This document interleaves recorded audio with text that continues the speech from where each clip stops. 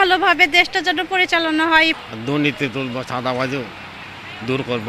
যাতে মেধার তালিকায় জব পাই। বাংলাদেশের যত অপকর্ম আছে সকল অপকর্ম থেকে যেন আমরা মুক্ত হইতে পারি। সম্প্রীতিটা যাতে বজায় থাকে। দেশে অনুষ্ঠিত হয়ে গেল ত্রয়োদশ জাতীয় সংসদ নির্বাচন। নির্বাচনে যারা নির্বাচিত হয়েছেন বা সরকার গঠন করছেন, সাধারণ মানুষ কি প্রত্যাশা করছে নতুন সরকারের কাছে জানবো, আপনাদেরকে জানানোর চেষ্টা করব। ভালোভাবে দেশটা যেন পরিচালনা হয় এবং সব থেকে চাই শিক্ষা ব্যবস্থা যেন উন্নত হয় এবং সব ক্ষেত্রে যেন ভালো একটা আশা আমরা পাই। প্রত্যাশা হলো নতুন সরকার দেশ ভালোভাবে চালাইব, দুর্নীতি তুলব, চাঁদাবাজিও দূর করব এবং জনসাধারণের সেবামূলক কাজ করবো। এটাই তো আশা করা যায় এই সরকার ভালোভাবে দেশ পরিচালনা করবে। যাতে মেধার তালিকায় জব পাই, চাকরি প্রত্যাশী এরকম অনেক আছে, লিঙ্কে যায় গি, টাকারিও যায় গি, অনেকের পরিচিত আছে আগ থেকে এই লিঙ্ক এগুলা দেওয়া থাকে, যার কারণে আমরা যারা মেধার তালিকায় ওই রিটার্নও ঠিক বাইবাদ গিয়ে আমরা মানে এরকম হয় না চাকরি।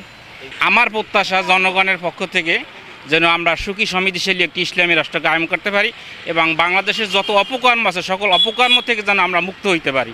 যেমন দুর্নীতি, চাঁদাবাজ, রাজধানী, ছিনতাই, হাইজ্যাকার, এইসব থেকে যেন আমরা সকল সাধারণ মানুষ মুক্ত থাকতে পারি। নতুন সরকারের কাছে প্রত্যাশা হচ্ছে দেশের শান্তি শৃঙ্খলা ফিরিয়ে আনা, দুর্নীতি অরাজকতা বন্ধ করা এবং পাশাপাশি দেশের অর্থনৈতিক উন্নয়নে ভালো ভূমিকা রাখা, যেটার কারণে আমরা হয়তো দেশ স্বাবলম্বী হবে। দেশে অরাজকতা যদি বন্ধ হয়, দেশের আইনশৃঙ্খলা যদি উন্নতি হয়, মানুষ ব্যবসা বাণিজ্য করতে পারবে, স্বাচ্ছন্দ্যে করতে পারবে, এটাই আমার প্রত্যাশা।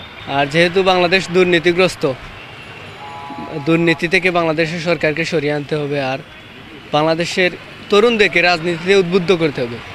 তরুণদের মাঝে একটি কথা প্রচলিত আছে যে বাংলাদেশের রাজনীতি হচ্ছে দূষিত রাজনীতি, কেউ রাজনীতিতে আসতে চায় না।